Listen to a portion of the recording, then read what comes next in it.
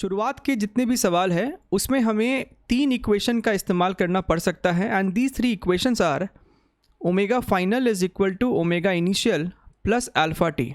और ये इक्वेशंस आप सबको कोरिलेट करना आना चाहिए जिस तरीके से हम लोग काइनेमेटिक्स में v is equal to U plus A T या फिर s is equal to U T plus half A T square या फिर v square is equal to U square plus 2as पढ़ते हैं, वैसा ही 3 इक्वेशन यहाँ पे भी है, right. Theta is equal to omega initial t plus half alpha T square and the third equation is omega square final is equal to omega square initial plus 2 alpha theta. ठीक है, omega final is final angular speed, initial angular speed, alpha is angular acceleration, T is time and theta is the displacement which is angular displacement. ठीक है, theta is the angular displacement. अगर हम लोग SI unit की बात करें तो radiance में होना चाहिए सब कुछ, लेकिन किसी किसी सवालों में रिवोल्यूशन पर सेकेंड या फिर रिवोल्यूशन पर सेकेंड स्क्वायर में भी डेटा को रखा जाता है। ठीक, तो इसी इंफॉर्मेशन के साथ let us start and see the first question.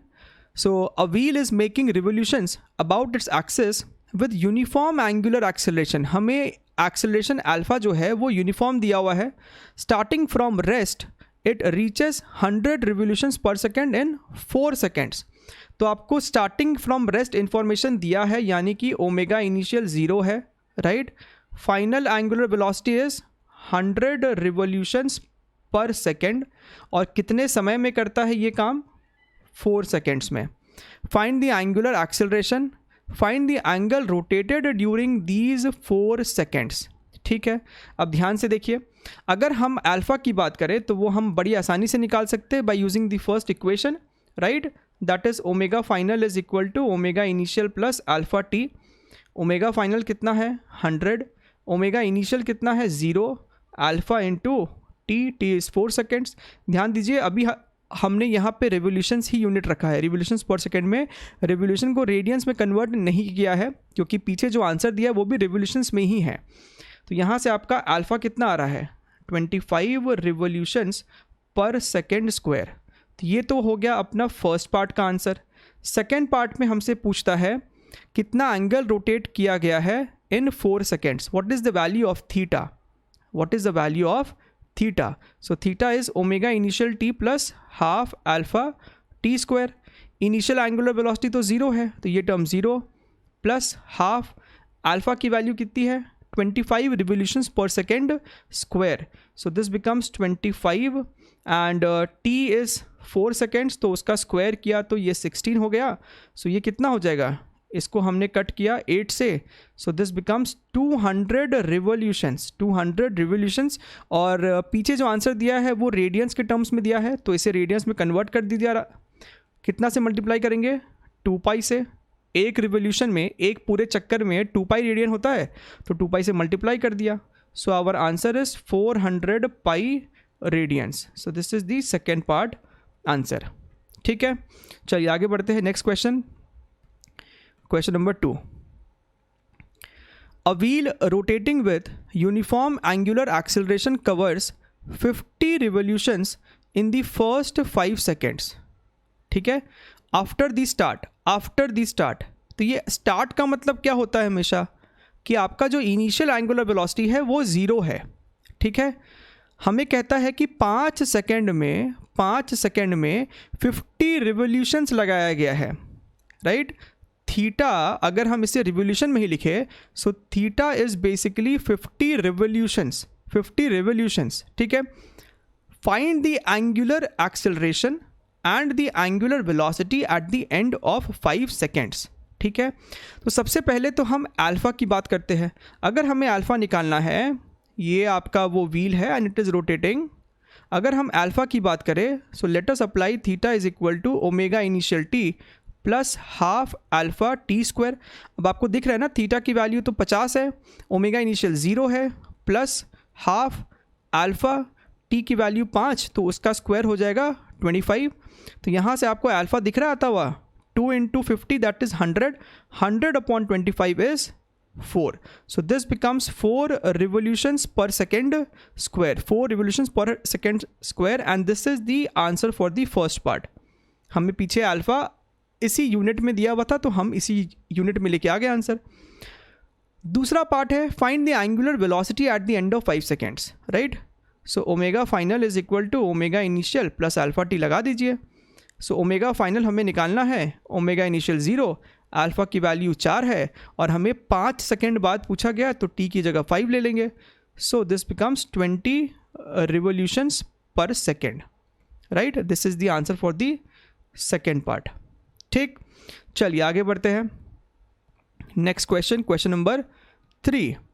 Question number 3 में हमसे कहता है a wheel starting from rest which means omega initial 0 है is uniformly accelerated at 4 radians per second square for 10 seconds, for 10 seconds. ठीक है, तो ध्यान से देखिए, यहाँ पे पहले फिगर में हम लोग ये दिखा रहे हैं कि 10 सेकेंड तक एक कांस्टेंट अल्फा लगा है, that is 4 radians per second square. ठीक है, शुरुआत में एंगुलर वेलोसिटी 0 था। It is allowed to rotate uniformly for the next 10 seconds. तो अगले 10 सेकेंड के लिए इसके ऊपर कोई अल्फा नहीं है, इसका ओमेगा कांस्टेंट है। ठीक है, and is finally brought to rest in the next 10 second. और लास्ट के 10 सेकेंड में इसके ऊपर एक अपोजिट डायरेक्शन में अल्फा लगाया गया होगा so that it finally comes to rest. बात समझ में आ रहा है? शुरुआत में अल्फा कुछ ऐसा रहा जिस कारण से ये डिस्क या ये व्हील क्लॉकवाइज रोटेट किया होगा। 10 सेकेंड बाद अल्फा गायब हो गया, alpha vanishes, and which means omega is going to remain constant for the next 10 second. और उसके बाद this is kind of retardation, like retardation है, जिस कारण से इसका ओमेगा समय के साथ घट के वापस से 0 हो गया। ठीक है, find the total angle rotated by the wheel, find the total angle rotated by the wheel. ठीक है, तो ये आपका केस 1 है, this is case 2 and this is the case 3। अगर आप पहले सिचुएशन की बात करें, पहले सिचुएशन की अगर हम बात करें तो हम यहाँ पे कह सकते हैं that θ1 is equal to omega initial t plus half alpha T square. अब ओमेगा इनिशियल तो 0 है, प्लस हाफ इंटू अल्फा की वैल्यू 4 है और टी की वैल्यू 10 यानी कि उसका square. So this becomes 200 and unit is radians. ठीक है, तो ये हो गया आपको θ1। अच्छा, अब हमें ये भी चाहिए कि 10 सेकेंड बाद इसका ओमेगा क्या था, क्योंकि उतने ही ओमेगा से ये अगले 10 सेकेंड तक रोटेट करता रहा, right. So what is omega 1 बोल देते हैं इसे, या फिर ओमेगा 2 बोल देते हैं। So what is omega 2? That is going to be omega initial plus alpha t. शुरुआत में ओमेगा इनिशियल 0 था, अल्फा की वैल्यू कितनी है 4 और समय कितना है 10। So this is 40 radians per second. तो इन 10 सेकेंड में कांस्टेंट ओमेगा रहा है, तो कितना एंगल रोटेट कर गया? So θ2 is simply omega 2 into t. Omega 2 40 है और जो टाइम है that is 10। So this becomes 400 radians. ठीक, अब ध्यान से देखिए, तीसरे पार्ट के लिए तो बेसिकली हमें कुछ सॉल्व करने का ज़रूरत भी नहीं है। अब आप अगर ध्यान से सोचें, शुरुआत के 10 सेकेंड में ये 200 रेडियन एंगल ट्रैवल करता है, कवर करता है, right, and it reaches a velocity of 40। ठीक, और यहाँ पे क्या हुआ, 40 इसका इनिशियल एंगुलर वेलोसिटी था। यहाँ पे शुरुआत में इसका angular velocity 40 radians per second था। ठीक, अब एक रिटार्डेशन के कारण ये एग्जैक्टली 10 सेकेंड में ही 0 पे आया है। इसका मतलब है कि ये फिर से 200 रेडियन ही कवर किया होगा। तो जो हमारा टोटल आंसर हो जाएगा, total angle rotated it's θ1 plus θ2 plus θ3 which means 200 plus 400 plus 200 which means 800 radians and this is going to be the final answer. ठीक है, चलिए आगे बढ़ते हैं। अगला सवाल, क्वेश्चन नंबर 4। इस सवाल को देखिए, a body rotates about a fixed axis with an angular acceleration of 1 radiance per second square. Through what angle does it rotate during the time in which its angular velocity increases from 5 radians per second to 15 radians per second. ठीक है, अच्छा अब हमें क्या क्या दिया हुआ है लिख देते हैं। अल्फ़ा की वैल्यू हमें दे रखी है 1 रेडियंस पर सेकेंड स्क्वायर। ठीक है, हमसे कहता है कि जब इसका ओमेगा 5 से बढ़ के 15 हुआ, then what is the angle rotated, through what angle does it rotate. हमसे थीटा पूछा जा रहा है, हमें ओमेगा इनिशियल लेने बोला गया है 5 radiance per second, omega final हमें कह रहा है 15 रेडियंस पर सेकेंड, और हमसे थीटा पूछ रहा है। तो साफ साफ दिखाई दे रहा है ना कि हमें कौन सा इक्वेशन लगाना चाहिए। Equation should be omega square final is equal to omega square initial plus 2 alpha theta. ठीक है, अब ओमेगा स्क्वायर फाइनल 15 है, so 15 square is equal to 5 square plus 2 into alpha की वैल्यू 1 है और थीटा हमें निकालना है। सो ये हो जाएगा आपको 225, दिस इज़ 25 प्लस 2 थीटा। तो यहाँ से आपको थीटा दिख रहा होगा 100 radian, theta is equal to 100 radians. ठीक है, तो ये अपना आंसर है। चलिए आगे बढ़ते हैं। नेक्स्ट क्वेश्चन, क्वेश्चन नंबर 5 में क्या कह रहा है, find the angular velocity of a body rotating with an acceleration of 2 revolutions per second square as it completes the 5th revolution after the start। ठीक है, समझिए हमें यहाँ पे अल्फ़ा तो दे दिया ना, that is 2 revolutions per second square। ठीक है, find the angular velocity of a body rotating with an acceleration this much as it completes the 5th revolution after start. After start यानी कि ओमेगा इनिशियल 0 है। ठीक है, 5 revolutions हो गया है, so theta is equal to 5 revolutions. हमसे omega final पूछ रहा है, तो पिछला वाला इक्वेशन लगा देंगे, that is omega square final is equal to omega square initial plus 2 alpha theta. Right, this is what, this is something that is needed to be found out. ये 0 है प्लस 2 इंटू अल्फा की value 2 है, थीटा की value 5 है। So this is how much, 4 into 5 20। Therefore, omega final is nothing but 2√5 revolutions per second. 2√5 revolutions per second, and this is the final result. This is the final result. ठीक, चलिए next question, question number 6।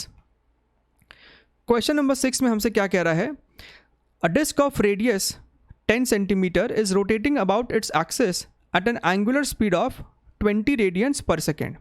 ठीक है, तो हमें ये disc का radius दे रखा है, दैट इज़ 10 सेंटीमीटर, तो इसे हम लिख सकते हैं 0.1 metre, and it is rotating with an angular velocity of 20 radians per second.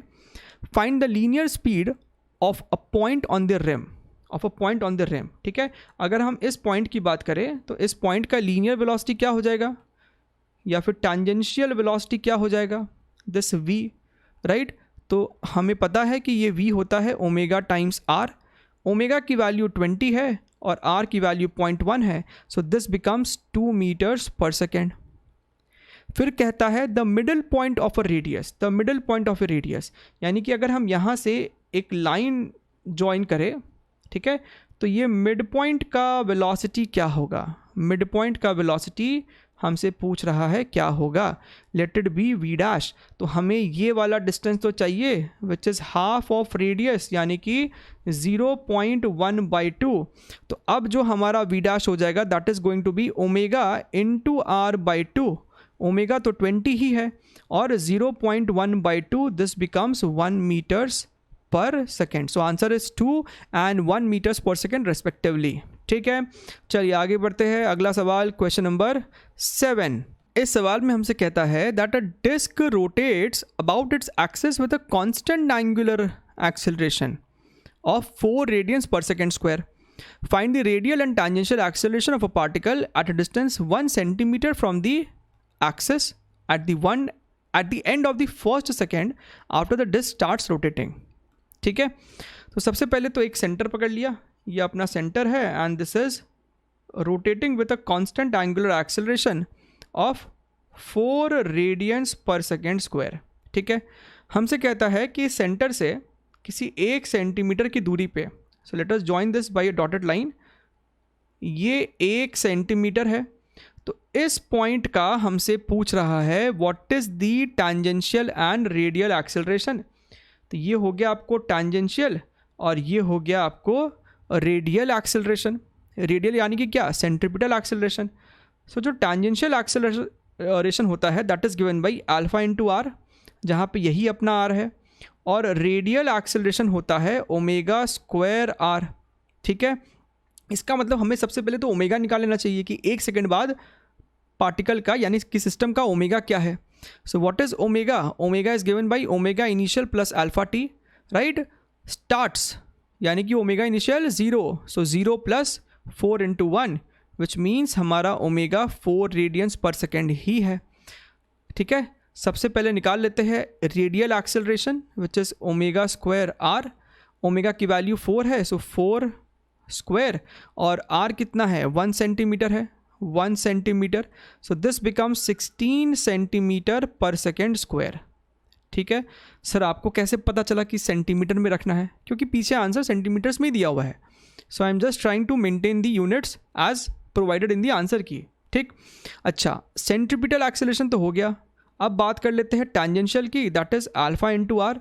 Alpha की वैल्यू सिंपली 4 और आर तो अपना 1 है, so this becomes 4 centimetre per second square and this is the answer. ठीक, चलिए आगे बढ़ते हैं। अगला question, question number 8। So question number 8 में हमसे क्या कह रहा है, a block hangs from a string wrapped on a disc of radius 20 centimetre. तो हमें ये डिस्क का रेडियस दिया हुआ है that is 20 centimetre which can also be written as 0.2 metres. ठीक है, और ये वो ब्लॉक है जो कि हैंग कर रहा है इस स्ट्रिंग से, और ये स्ट्रिंग इस डिस्क पे ऊपर इस तरीके से लपेटा गया हुआ है। If the angular speed of the disc is 10 radius per second at some instant, with what speed is the block going down at that particular instant. ठीक है, तो हमसे इस डिस्क का ओमेगा दे रखा है कि किसी इंस्टेंट पे इस डिस्क का ओमेगा कितना है, इस डिस्क का ओमेगा कितना है किसी इंस्टेंस पे, और वो ओमेगा हमें दिया हुआ है 10 रेडियंस पर सेकेंड। तो इस समय, इस क्षण बताइए हमें कि ये ब्लॉक किस वेलोसिटी से नीचे की तरफ जा रहा होगा। अब आप बात को समझिए, जो वेलोसिटी ब्लॉक की रही होगी वही वेलोसिटी धागे के किसी भी पॉइंट पे रही होगी। धागे के इस पॉइंट की वेलोसिटी भी वही होगी जो इस ब्लॉक की वेलोसिटी है, और धागे की इस पॉइंट की वेलोसिटी क्या है आप ध्यान से देखिए। तो यहाँ पे ये टैंजेंशियल स्पीड क्या होता है, this v is nothing but omega into r, where omega is the disc angular velocity and r is the radius. यानी कि जो अपना आंसर होगा v that is simply omega times r। Omega की value 10 है और r की value 0.2 है which means 2 metres per second. That is your answer, right. चलिए आगे बढ़ते हैं। Next question, question number 9। ठीक है, तो अब चालू हो गया आपका moment of inertia based questions. 3 particles each of mass 200 grams are kept at corners of an equilateral triangle of 10 centimetre. ठीक है, तो ये तीनों m 200 ग्राम है और each side a 10 centimetre. Find the moment of inertia of the system about an axis joining two of the particles. ठीक है, तो पहले फिगर में देखते हैं। मान लीजिए कि हमने इस 2 पार्टिकल्स को ज्वाइन कर दिया, तो इस एक्सिस के अबाउट हमें बताना है मोमेंट ऑफ इनर्शिया। इस एक्सिस के अबाउट हमें बताना है मोमेंट ऑफ इनर्शिया, राइट। तो अब ध्यान से देखिए, ये वाला पार्टिकल नंबर 1 और पार्टिकल नंबर 2 का तो कोई मोमेंट ऑफ इनर्शिया अब आएगा ही नहीं, क्योंकि ये तो एक्सिस पे है, राइट, और एक्सिस से इस मास का कोई दूरी है ही नहीं, तो इनका 0 हो गया। सिर्फ इस वाले मास की वजह से आएगा, इस तीसरे वाले मास की वजह से आएगा। तो हमें सिर्फ ये पता कर लेना है कि what is this perpendicular distance, ठीक है। तो बिल्कुल भी मुश्किल नहीं है। इसका ईच साइड जो है वो a है, और ये एंगल कितना है, ये एंगल 60 डिग्रीज़ है ना, ये एंगल 60 डिग्रीज़ है। अगर ये एंगल 60 डिग्रीज़ है तो ये d कितना हो जाएगा, सोच के बताइए। अगर ये एंगल 60 डिग्री, ये वाला साइड a है, तो इस ट्राइंगल में क्या आप समझ के बता नहीं सकते कि d कितना होगा। This is going to be a sine 60 degree, this is going to be a sine 60 degrees, ठीक है। यानी कि साइन 60 कितना, √3/2, सो दिस बिकम्स √3a/2, सही है, यानी कि पहले पार्ट का जो मोमेंट ऑफ इनर्शिया होगा that is going to be simply md square, mass is 200 grams and d is √3a/2, यानी कि √3/2 और a की वैल्यू 10, तो इसका भी स्क्वायर है। ठीक है, अच्छा अभी हमने यहाँ पे सब कुछ ग्राम्स और सेंटीमीटर में रखा था, यूनिट्स को जब चेंज करेंगे तो 200 ग्राम्स को केजी में करने के लिए 10⁻³ से मल्टीप्लाई होगा, और अंदर में ध्यान से देखिए तो ये आपको सेंटीमीटर है, राइट, और सेंटीमीटर का स्क्वायर भी हो रहा है, सो एक 10⁻⁴ भी मल्टीप्लाई कर देते हैं। ठीक, अच्छा तो अपने पास रिजल्ट क्या आ रहा है, this is going to be 200 multiplied by √3/2 यानी कि 3/4 मल्टीप्लाइड बाई 100 मल्टीप्लाइड बाई 10⁻⁷। ठीक है, अब ध्यान से देखिए तो ये 4 और ये आपको कट जाएगा 50 से, सो this is 3 × 50 that is 150 multiplied by 10⁻⁵, या फिर हम इसे लिख सकते हैं 1.5 × 10⁻³ kg metre square. So this is the answer, this is the moment of inertia. ठीक, सेकेंड सिचुएशन में हमसे कहता है that find the inertia, moment of inertia passing through one of the particles. ठीक है, जो एक्सिस है that is passing through one of the particles and perpendicular to the plane of the particles. ठीक है, तो let us take this particle, तो जो axis है वो इस पार्टिकल से इनटू द प्लेन है। ठीक है, axis is perpendicular to the plane, right, तो ये जो पार्टिकल नंबर 2 है इसका तो कोई मोमेंट ऑफ इनर्शिया आएगा नहीं, मोमेंट ऑफ इनर्शिया आएगा पार्टिकल नंबर 1 और पार्टिकल नंबर 3 का। तो सेकेंड पार्ट के लिए जो हमारा मोमेंट ऑफ इनर्शिया हो जाएगा that is going to be due to this particle, so m × a² plus m × ये डिस्टेंस भी a है ma², so this is going to be 2ma²। ठीक है, सो 2 × मास कितना है 200 ग्राम है, सो 200 ऑब्वियसली इसे केजीज में कन्वर्ट करना है, multiplied by a², right, a की वैल्यू 10 सेंटीमीटर है, सो 10 × 10⁻² to the whole square, so this is 400 × 10⁻³ multiplied by 10⁻⁻1 बचेगा अंदर, उसका स्क्वायर यानी कि 10⁻², so this is 4 × 10⁻³ kgs metre square, kgs metre square, and this is your final answer. ठीक, चलिए आगे बढ़ते हैं। अगला सवाल क्वेश्चन नंबर 10th, बढ़िया सवाल। अब इस सवाल में हमसे क्या कह रहा है, particles of masses 1 gram 2 gram so on till 100 grams are kept at the marks 1 centimetre 2 centimetre 3 centimetre up to 100 centimetre respectively on a metre scale. Find the moment of inertia of the system of particles about a perpendicular bisector of the metre scale. ठीक है, तो ध्यान से समझिए, हमने जो मास है ना वो हर जगह रखा है, एक यहाँ पे रखा है, एक यहाँ पे रखा है, 2 सेंटीमीटर पे रखा, एंड सो ऑन, हर जगह जहाँ जहाँ स्केल पे मार्किंग है हमने वहाँ वहाँ मासेस को रखा हुआ है। ठीक है, अब सब जगह दिखा नहीं सकते तो कुछ कुछ जगह आपको दिखा दिया गया ताकि एक आइडिया लग जाए कि मासेस कहाँ कहाँ रखा हुआ है। हमसे कह रहा है find the moment of inertia about an axis that is perpendicular bisector of the metre scale. तो इस 100 सेंटीमीटर का स्केल में परपेंडिकुलर बाइसेक्टर तो 50 से पास करेगा, 50 से पास करेगा, तो हमें इस एक्सिस के अबाउट निकालना है मोमेंट ऑफ इनर्शिया।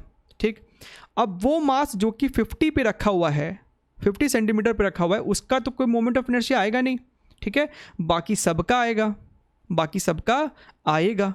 अब ध्यान से देखिएगा, अब आप ध्यान से देखिएगा, so we are going to write moment of inertia, I is equal to, watch it very very carefully, 49 centimetre के मार्क पे। ठीक है, दीज आर सेंटीमीटर्स, 49 सेंटीमीटर के मार्क पे ये जो मास रखा है वो 49 ग्राम का मास है, राइट, वो 45 ग्राम का मास है। ठीक है, तो इस वाले का मोमेंट ऑफ इनर्शिया कितना हो जाएगा, 49 grams multiplied by this distance which is basically 1 centimetre. So let me right it over here, 49 grams into 1 centimetre का स्क्वायर। राइट नाउ सारा यूनिट सभी ग्राम्स और सेंटीमीटर में ही रखते हैं। ठीक है, बाद में उसे एसआई में कन्वर्ट कर देंगे केजी और मीटर में। सो इस मास का हो जाएगा 49 ग्राम्स इंटू 1 का स्क्वायर। ठीक, प्लस ध्यान से देखिएगा, ये मास जो कि 51 सेंटीमीटर पे रखा गया है, ये आपको 51 ग्राम का मास है और ये भी 1 सेंटीमीटर की ही दूरी पे है। तो इसका कितना हो जाएगा 51 इंटू 1 स्क्वायर, 1 इंटू 1 स्क्वायर। ठीक, ध्यान से देखिए ये क्यों कर रहे हैं वो पैटर्न भी समझ में आ जाएगा। ठीक, इसे हटा दीजिए। अब बात करते हैं 48 ग्राम मास और 52 ग्राम मास। 48 ग्राम मास 2 सेंटीमीटर की दूरी पे है और 52 ग्राम मास भी 2 सेंटीमीटर की दूरी पे है। तो हम 48 multiplied by 2 square plus 52 gram multiplied by 2 square plus, ठीक है, इस तरीके से एक एक करके चलते चलिए इधर, एक एक करके चलते चलिए इधर। ठीक है, अब आप ध्यान से देखिए, come to the mass which is kept at 1 centimetre. ये वाला मास कितने डिस्टेंस पे है? This distance is how much? 49 और ये मास 1 ग्राम है। सो 1 इंटू 49 स्क्वायर प्लस, ठीक है, प्लस। अब आप ध्यान से देखिए, पैटर्न देखिए यहाँ पे अगर आप 1 स्क्वायर कॉमन लेंगे तो 49 प्लस 51 100 हो जाएगा। आप जब यहाँ पे 2 स्क्वायर कॉमन लेंगे तो 48 प्लस 52 फिर से 100 हो जाएगा, फिर से 100 हो जाएगा। ठीक है, बात समझ में आ रहा है? आ रहा है सर। अब देखिए, आप अभी यहाँ पे है 1 ग्राम इंटू 49 स्क्वायर, ठीक है, उतने ही डिस्टेंस पे 49 सेंटीमीटर पे ही ये 99 वाला मास भी है, 99 ग्राम वाला मास है जो कि अगेन आपको 49 सेंटीमीटर के डिस्टेंस पे है। तो इसके वजह से क्या लिखा जाएगा? बीच में बहुत सारे आ गए, सो यहाँ पे हम डॉट डॉट डॉट दिखा सकते हैं। सो 99 into this distance which is 49 square, ठीक है, प्लस। अब देखिए ये ज़ीरो पे कोई मास नहीं रखा गया ना, 1 ग्राम कहाँ रखा गया है? 1 सेंटीमीटर पे। सो बेसिकली ये 0 ग्राम पे ज़ीरो मार्किंग पे कोई मास है नहीं रखा हुआ।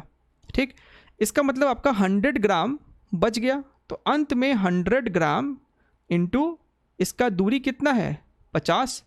सो 50 स्क्वायर लिख के अंत में छोड़ दिया। ठीक, अब आप देखिए, अब आप ध्यान से देखिए। So I is equal to, यहाँ पे अगर हम 1 स्क्वायर कॉमन लेंगे, so this is going to be 1 square, bracket में 49 प्लस 51 दैट इज 100। ठीक, प्लस यहाँ पे 2 स्क्वायर कॉमन ले लीजिए, 48 plus 52 again 100। So 2 square multiplied by 100 plus dot dot dot, यहाँ पे देखिए 49 स्क्वायर कॉमन ले लीजिए, सो 99 plus 1 100। So this is 49 square into 100 plus आखिरी में आपके पास 50 स्क्वायर इंटू 100 बच रहा है। अब क्यों ना यहाँ से 100 ही कॉमन ले लिया जाए, तो ये 1 square plus 2 square dot dot dot 49 square plus 50 square, right. अब आपको दिखाई दे रहा है कि यहाँ पे ब्रैकेट के अंदर क्या है? स्क्वायर का सम है, राइट, स्क्वायर का सम है, n नेचुरल नंबर के स्क्वायर का सम है और उसका फॉर्मूला क्या होता है? n into n plus 1 2n plus 1 divided by 6, right. और यहाँ पे n की जगह क्या पुट करेंगे? 50, 50, फर्स्ट n नेचुरल नंबर, तो 50 multiplied by n plus 1 that becomes 51, 2n plus 1, so 2 into 50 100, so this becomes 101 divided by 60। तो ये कितना हो जाएगा? 100 into, इस चीज़ को यहाँ पे लिख दीजिए, 50 into 51 multiplied by 101 divided by 60। now this is what unit is gram centimetre square. ठीक है, हमें इसे कन्वर्ट करना होगा kg per metre square, kg metre square में। So this becomes 100 into 50 multiplied by 51 into 101 divided by 6 multiplied by, gram को kg में किया तो 10⁻³ और सेंटीमीटर स्क्वायर को किया तो 10⁻⁴। This becomes kg metre square. अब इसे आपको बस सिंप्लीफाई करना है, सॉल्व करना है, you will get the result that is 0.43 kg metre square, right. You will get the final result. So it is a very interesting question. इस तरीके से पैटर्न बना के करेंगे तो बड़ा आसानी से आ जाएगा, अदरवाइज इसमें कंफ्यूज कर जाएंगे और फिर लगेगा कि सवाल बड़ा ही टफ है और बच्चे फिर से छोड़ देते हैं सवाल को। ठीक है, चलिए आगे बढ़ते हैं। अगला सवाल, क्वेश्चन नंबर 11।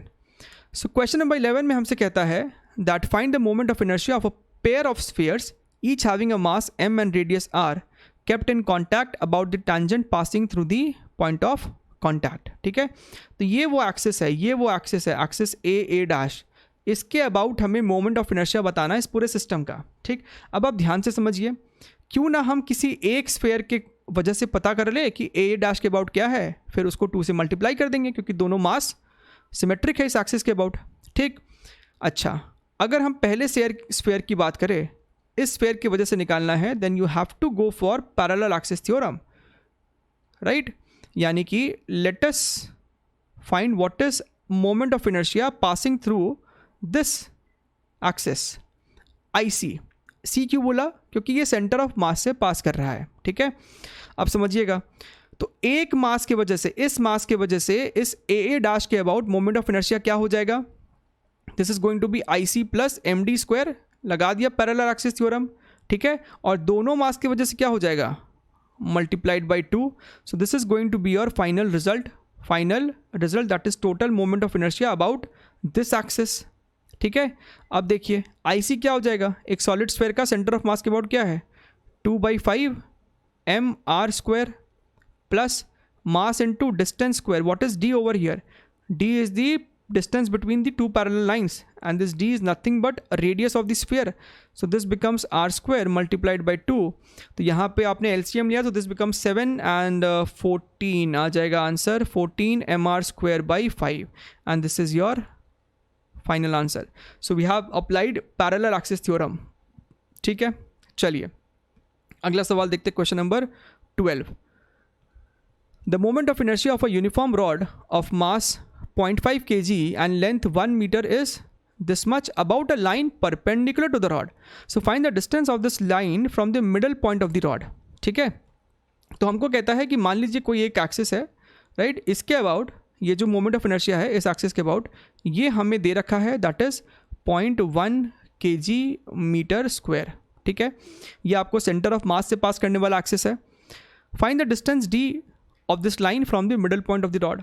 तो हमसे ये डिस्टेंस d पूछा जा रहा है, तो आपको समझ में आ रहा है ना कि ये जो I है that is basically IC plus md square, right, parallel axis theorem. तो I हमें दे रखा है 0.1, IC हमको पता है एक रॉड के लिए होता है ml square by 12 plus md square, right, this is md square. अब बस इसे सॉल्व करना है. ध्यान से देखिए, 0.1 इज इक्वल टू m की वैल्यू कितनी है? 0.5. So this is your 0.5. L 1 metre है यानी कि 1 का square divided by 12 plus 0.5 d square, right. This becomes 0.1 is equal to, ये हो जाएगा आपको कितना?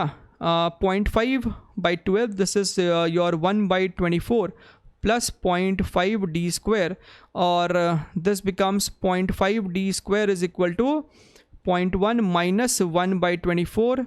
So this 0.5 is what? 1/2.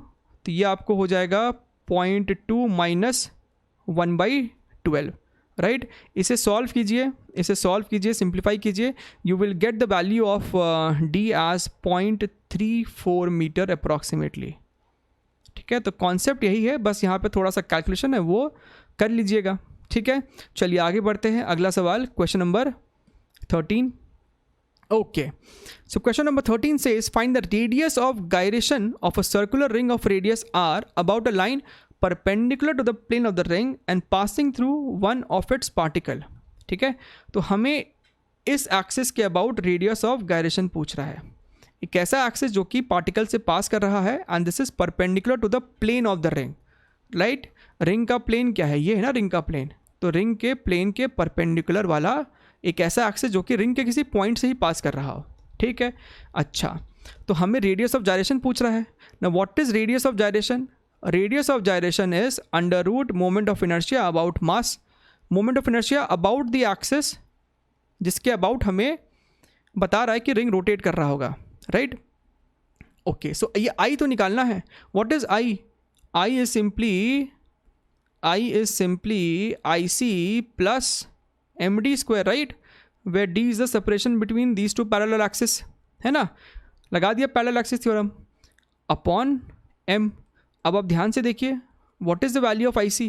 IC is your mr square, ring है ना, IC mr² हो गया, d भी अपना r ही है, so this is again mr² divided by m।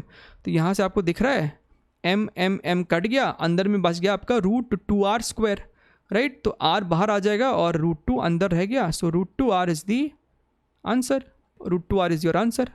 ठीक है, चलिए आगे बढ़ते हैं। अगला सवाल, question number 14। The radius of gyration of a uniform disc about a line perpendicular to the disc equals its radius.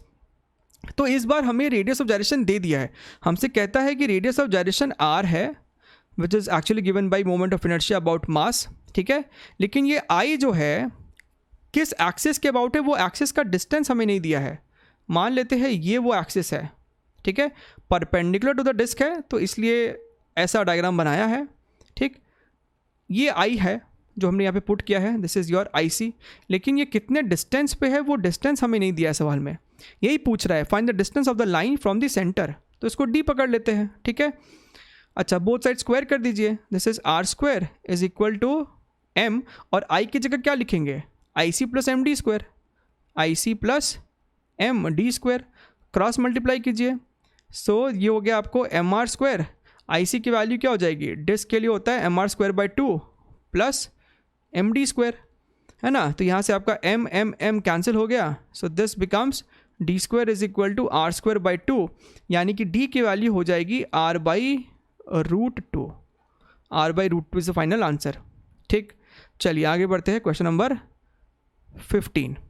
Okay, find the moment of inertia of a uniform square plate of mass m and edge a about one of its diagonals.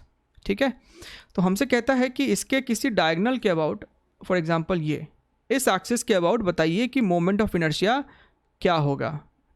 ठीक है, बताइए what is the moment of inertia. ठीक है, सो ना this is a very interesting question. Answer इसका, खैर इसका result आपको याद तो होना ही चाहिए, लेकिन इसे सॉल्व करने का तरीका जो है वो थोड़ा सा इंटरेस्टिंग है। ओके, तो फॉर एग्जांपल इसका मास m है और एज लेंथ a है। ठीक, so what is moment of inertia about this axis, ये तो हमको निकालना आता है ना। ये कितना होता है, दिस इज ma²/12। ठीक, what is moment of inertia about this axis, right, perpendicular bisector ये सब, तो ये भी आपको हो जाएगा ma²/12। तो क्या हम ये आसानी से कह सकते हैं कि इस एक्सिस के अबाउट, एक ऐसा एक्सिस जो कि परपेंडिकुलर है इस प्लेन के, राइट, अगर हमने इसे I1 बोला तो क्या हम कह सकते हैं by applying perpendicular axis theorem that this I1 is going to be this I plus this I, right. So this is basically 2I which is ma²/6। तो ये रिजल्ट हमको ध्यान में रखना है कि अगर आपके पास एक ऐसा स्क्वायर शीट है, right, so moment of inertia about an axis that is passing through centre of mass and perpendicular to the plane, वो आपको ma²/6 होता है। ठीक, अब आ जाइए अपने मेन फिगर में। यहाँ पे अगर आप ध्यान दें, हमसे ये वाला I पूछ रहा है, ठीक है।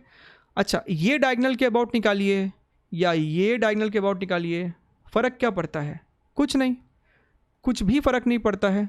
ठीक है, यानी कि अगर ये वैल्यू I है तो ये वैल्यू भी I रहेगी, ये वैल्यू भी आपको I रहेगी, बढ़िया एकदम। अच्छा, एंड हमारे पास एक एक्सिस यहाँ पे भी है perpendicular to the plane and passing through centre of mass. तो क्या हम यहाँ पे भी कह सकते हैं by using perpendicular axis theorem that I' is nothing but I plus I, right, I plus I। क्यों, क्योंकि ये तीनों एक्सिस म्यूचुअली परपेंडिकुलर है, राइट, स्क्वायर है ना, ये दोनों एंगल आपको, ये एंगल आपको 90 डिग्रीज है।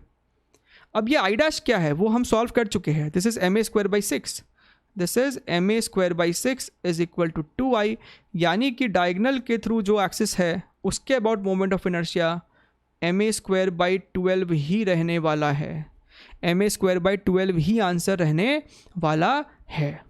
ठीक है, चलिए एक बढ़िया सवाल था, ये रिजल्ट ध्यान में रखना है, डायगोनल के थ्रू वही फॉर्मूला होगा जो कि एक परपेंडिकुलर बाइसेक्टर के थ्रू होता है।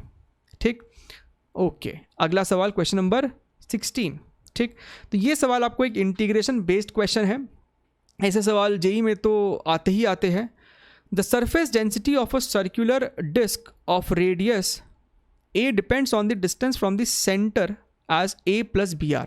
ठीक है, हमें सवाल में साफ साफ कह दिया है कि इसका जो सरफेस मास डेंसिटी है वो कांस्टेंट नहीं है, आप एक्सिस से जैसे जैसे दूर जा रहे हो it is increasing and it is given by the function a plus b r. तो हमें डेंसिटी दे दिया गया है a प्लस बी आर और ये सरफेस डेंसिटी है, यानी कि इसका यूनिट जो है वो kg per metre square types होगा, है ना, मास पर एरिया दिया हुआ है यहाँ पे। Find its moment of inertia about the line perpendicular to the plane of the disc through its centre, है ना। So we have to find the moment of inertia about of this thing about an axis passing through the centre and perpendicular to the plane. ठीक, अब इसमें तकलीफ क्या है कि आप इसमें सीधा सीधी ऐसा एम आर स्क्वायर बाई 2 नहीं लगा सकते, ठीक है। So this has to go through the process of integration. देखिए किस तरीके से इसको इंटीग्रेशन से हम लोग सॉल्व करने वाले हैं। तो यहाँ पे आपके सामने एक फिगर है, हमने क्या किया, हम सेंटर से किसी r डिस्टेंस पे चले गए और dr थिकनेस का एक पतला सा रिंग ले लिया। r दूरी पे dr थिकनेस का हमने एक बड़ा पतला सा एलिमेंट लिया, एक रिंग लिया है, ठीक है। क्यों किया ऐसा? क्योंकि इस रिंग का हम इस सेंटर के अबाउट मोमेंट ऑफ इनर्शिया लिख सकते हैं, that is given by mr square, where m is mass of the ring and r is radius of the ring, ठीक है। तो आपको यहाँ पे दिख रहा है ना, ये एक बहुत छोटा सा रिंग है, इस पूरे डिस्क का मास कुछ ज़्यादा होगा, ये एक बहुत पतला सा रिंग है, तो एक पतले से रिंग का एक बहुत छोटा सा कोई मास होगा dm, ठीक है। और एक छोटे से मास की वजह से इस सेंटर के अबाउट जो मोमेंट ऑफ इनर्शिया होगा वो भी एक छोटा सा मोमेंट ऑफ इनर्शिया होगा, that is going to be dm times r square, r is radius of the ring, ठीक। अब सवाल उठता है कि ये dm क्या है, वही हमें यहाँ पे फाइंड आउट करना पड़ेगा। So this dm is nothing but density at a distance r multiplied by area dA। ये जो वाइट शेडेड एरिया है वो कितना है, वो dA एरिया कितना होगा, ठीक है। तो वो कितना हो जाएगा, रो इंटू dA, क्या लिखोगे, ध्यान से देखिए, 2 पाई r हो जाएगा इसका circumference, circumference multiplied by thickness, वो आपको एरिया दे देगा। This is going to be 2 pi r into dr, ठीक। अब इसे यहाँ पे सब्स्टिट्यूट कीजिए, तो आपका जो एक छोटा सा मोमेंट ऑफ इनर्शिया आ रहा है that is rho 2 pi r dr multiplied by r square, और ये रो कितना है, a plus b r, a plus b r, ये 2 पाई को लेफ्ट साइड लिख दीजिए, so this becomes 2 pi r into r square हो गया आपका r क्यूब, और रो की वैल्यू है a plus b r times d r, ठीक। ये हो गया एक छोटा सा मोमेंट ऑफ इनर्शिया। अगर आपको कंप्लीट मोमेंट ऑफ इनर्शिया चाहिए तो क्यों ना दोनों तरफ इंटीग्रेशन कर दीजिए। लिमिट कहाँ से कहाँ तक, हमें ये पूरी डिस्क को कवर करनी है, तो 0 से लेके रेडियस तक, 0 से लेके a तक, right. So total moment of inertia is going to be 2 pi. अच्छा, इसे इंटीग्रेट करने के लिए पहले तो ये r क्यूब को अंदर मल्टीप्लाई कीजिए, ये हो जाएगा a r क्यूब, ये हो जाएगा b r to the power 4 d r, limit 0 से लेके a तक, दिस इज 2 पाई, इसका इंटीग्रेशन क्या हो जाएगा, a into r to the power 4 by 4 plus b into r to the power 5 by 5, limit 0 से लेके a तक। बस अब अपने को लिमिट ही पुट करना बाकी है। So 2 pi capital A, r की वैल्यू स्मॉल a है तो small a to the power 4 by 4 plus b a to the power 5 by 5, right, and this is your final answer, this is your final answer, ठीक। चलिए आगे बढ़ते हैं, अगला सवाल क्वेश्चन नंबर 17, ठीक है। तो टॉर्क बेस्ड क्वेश्चन है। सवाल में हमसे कहता है a particle of mass m is projected with a speed u at an angle theta with the horizontal, find the torque of the weight of the particle about the point of projection when the particle is at the highest point. हमसे कहता है कि जब आपका particle highest point पे है, this is your highest point, right, at this moment what is the torque of the weight of the particle about the point of projection, right। तो weight का डायरेक्शन क्या होगा, डाउनवर्ड डायरेक्शन में, this is the direction of weight, ठीक है। और weight है कितना, mg, है ना। तो इस mg का टॉर्क कितना होगा इस पॉइंट ऑफ प्रोजेक्शन के अबाउट। तो टॉर्क क्या होता है, force into perpendicular distance, force into perpendicular distance. आप ध्यान से देखिए, अब अगर ध्यान से देखिए ये mg के लाइन ऑफ एक्शन को देखिए अगर, सो this is the perpendicular distance from the point of projection, और ये डिस्टेंस है क्या, this is basically half of range, this is half of range. So what is torque, torque it is nothing but mg r by 2, mg multiplied by r by 2। तो mg/2 को इधर लिख दिया, और रेंज का formula क्या होता है, u² sin 2 theta by g, this is u² sin 2 theta by g. ठीक है, अब हमारा जो रिज़ल्ट है वो इस फॉर्म में नहीं है, वहाँ पे क्या किया कि ये sin 2 थीटा को भी एक्सपैंड कर दिया है, तो हम भी कर देते हैं। पहली बात तो ये जी कैंसिल हो जाएगा, this is m/2 multiplied by u² multiplied by 2 sin theta cos theta, तो आपको दिख रहा है ना कि ये 2 भी कैंसिल हो जाएगा, तो अपना जो आंसर है that is mu² sin theta cos theta. So this is the magnitude of torque, ठीक है। और जहाँ तक बात होता है डायरेक्शन का, कि डायरेक्शन क्या होगा टॉर्क का, तो वो हम r क्रॉस f से पता कर सकते हैं, r क्रॉस f से हमें डायरेक्शन का पता चल जाएगा। ठीक है, ध्यान से देखिए, अगर आप, तो अगर हमें r वेक्टर देखना होता, तो this is the direction of your r vector, mg नीचे की तरफ है, this is the direction of r vector, mg नीचे की तरफ है। ठीक है, so we can use our right hand rule, right. तो आपको दिखाई देगा कि जो डायरेक्शन है वो इनटू द प्लेन है, डायरेक्शन जो है वो इनटू द प्लेन है, तो क्रॉस से दिखा रहे, cross shows into the plane direction, right. तो टॉर्क का जो direction that is into the plane. ठीक, ओके, चलिए आगे बढ़ते हैं। अगला सवाल, question number 18। Again, a torque-based question. A simple pendulum of length L is pulled aside to make an angle theta with the vertical.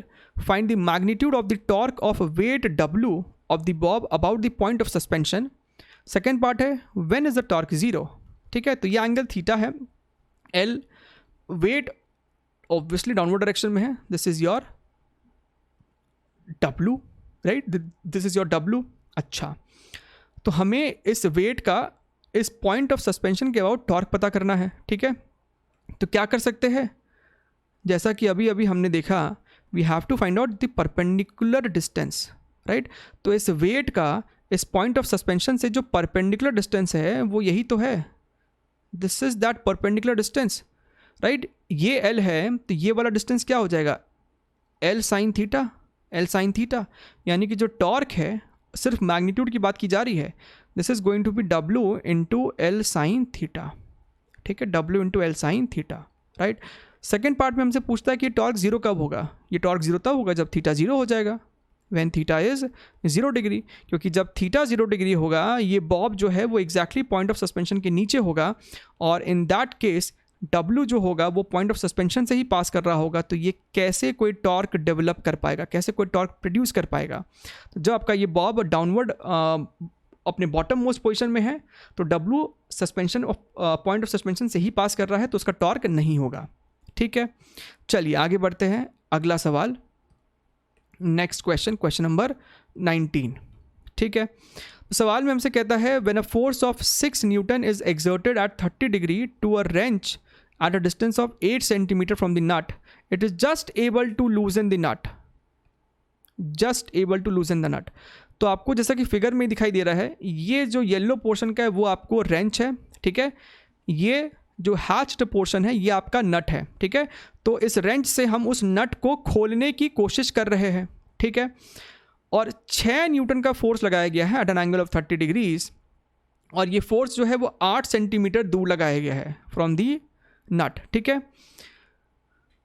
इतना फोर्स लगाने पे हम नट को जस्ट रोटेट कर पाए, यानी कि जो मिनिमम टॉर्क हमको चाहिए रोटेट करने के लिए वो इस फोर्स और इस डिस्टेंस की वजह से हम प्रोड्यूस कर पाए हैं।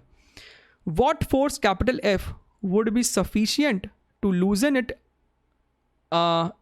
if it acts perpendicular to the wrench at a distance of 16 centimetre from the नट।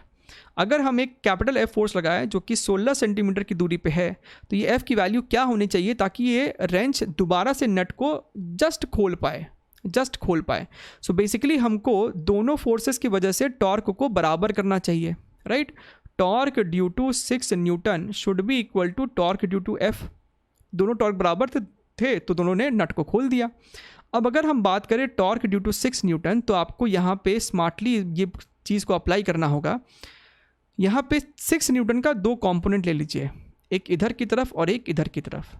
अब आपको साफ साफ दिखाई देना चाहिए कि ये जो कंपोनेंट है दैट इज 6 sin 30 डिग्री, यही वो फोर्स है जो कि इसके अबाउट टॉर्क डेवलप करेगा, क्योंकि जो 6 cos 30 डिग्री है वो तो इसी पॉइंट से पास करेगा, तो ये 6 cos 30 डिग्री टॉर्क डेवलप करने में कोई कंट्रीब्यूशन नहीं है, ठीक है। सो इसके वजह इससे जो टॉर्क आ रहा है that is 6 sin 30 degree multiplied by this distance that is 8, और ये F के वजह से जो टॉर्क है that is F into separation that is 16, ठीक है। तो दिख रहा है ना ये 8 2 हो गया, यानी कि F is equal to 3 sin 30 degree, sin 30 is what 1/2, so our answer is 1.5 newton, that is the final answer, ठीक। चलिए next question, question number 20th। Question number 20th again एक ऐसा सवाल है जो कि आपके टॉर्क के कॉन्सेप्ट को ही चेक करने के लिए डिज़ाइन किया गया है। कैलकुलेट द नेट टॉर्क और total torque acting on the body shown in the figure about the point O, ठीक है। तो इस पॉइंट के अबाउट हमें सारे फोर्सेस की वजह से टॉर्क को बताना है। तो यहाँ पे डायरेक्शन का बहुत बड़ा कॉन्ट्रीब्यूशन है, क्योंकि सारे टॉर्क एक दूसरे को सपोर्ट नहीं कर रहे होंगे। सबसे पहले अगर हम लोग 5 न्यूटन की वजह से देखें तो ये 5 न्यूटन का फोर्स इस O पॉइंट से ही पास कर रहा है, यानी इसका टॉर्क 0 होगा, ठीक। अच्छा 10 न्यूटन की वजह से बात करें, so torque due to 10 newton is equal to force into perpendicular distance, right. हमें ये फोर्स इस डिस्टेंस के परपेंडिकुलर ही दिया हुआ है, राइट। तो ये आपको हो जाएगा 10 × 4, राइट, 10 × 4। अच्छा सेंटीमीटर में है तो इसे मीटर्स में कन्वर्ट कर दे, सो 4 सेंटीमीटर का हो जाएगा 0.04, so this becomes 0.4 newton metre. Direction क्या होगा, इस 10 न्यूटन की वजह से डायरेक्शन क्या होगा, ठीक है। अच्छा सबसे आसान तरीका डायरेक्शन निकालने का, सारे फोर्सेस को भूल जाइए फिलहाल के लिए, फॉरगेट ऑल दी फोर्सेस। ये 10 न्यूटन का जो फोर्स है क्या वो इस O पॉइंट के अबाउट इस बॉडी को इस सेंस में रोटेट करने का कोशिश नहीं करेगा क्या? ध्यान से देखिए, सारे फोर्सेस को भूल जाइए एक बार के लिए। ये 10 न्यूटन का फोर्स जो है इस पॉइंट के अबाउट इस लीफ को क्लॉकवाइज रोटेट करने का कोशिश कर रहा है, राइट। एंड क्लॉकवाइज का मतलब क्या है, टेक योर राइट हैंड, अपने चारों फिंगर्स को क्लॉकवाइज कर्ल कीजिए। When you curl it clockwise you will see that thumb जो है वो इनटू द प्लेन पॉइंट कर रहा है, यानी कि इस 10 न्यूटन का जो टॉर्क है उसका डायरेक्शन हो जाएगा इनटू द प्लेन, ठीक। अब आ जाइए ऑन लेट अस से 15 newton, so torque due to 15 newton. पहले तो बात करते हैं मैग्नीट्यूड की, ठीक है। तो ये फोर्स है और हमें चाहिए परपेंडिकुलर डिस्टेंस, तो क्या करो, हमको बेसिकली ये दूरी चाहिए, यही है आपको वो परपेंडिकुलर डिस्टेंस। कितना हो जाएगा, ये आपको 6 है, ये आपको 6 सेंटीमीटर है, तो ये जो दूरी होगा D1 15 टाइम्स D1, तो ये D1 कितना हो जाएगा, this is going to be 6 sin 37 degree, 6 sin 37 degree, ठीक है। सो 15 × 6, अच्छा इसे 100 से डिवाइड भी कर देते हैं, 6 सेंटीमीटर है, right. So divided by 100, so this become 6 × sin 37 कितना होता है 3/5, this is going to be 3/5, और नीचे में एक 100 भी होगा, ठीक है। अच्छा ध्यान से देखिए, तो ये कितना हो जाएगा, this is going to be 5 3, तो ये हो गया आपका 3 6 18 × 3 54, this is going to be 0.54 newton metre.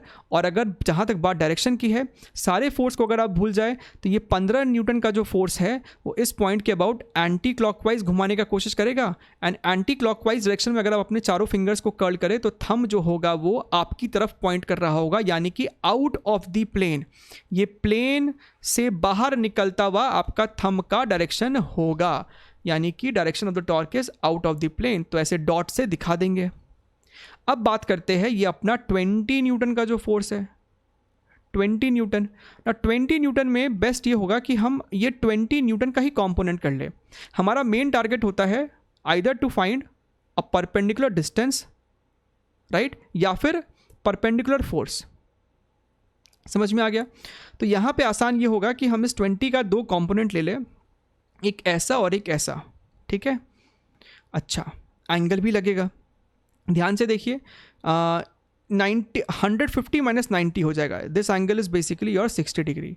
तो ये कंपोनेंट आपको दिख रहा है 20 cos 60 है और ये कंपोनेंट 20 sin 60 है. सो 20 sin 60 डिग्री वाला जो कंपोनेंट है वो आपको O पॉइंट से पास कर रहा है, उसका तो कोई टॉर्क में कंट्रीब्यूशन नहीं है, यानी सिर्फ 20 cos 60 का होगा.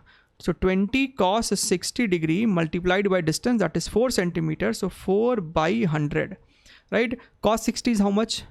1/2. तो ये आपको फिर से आ रहा है 0.4 न्यूटन मीटर.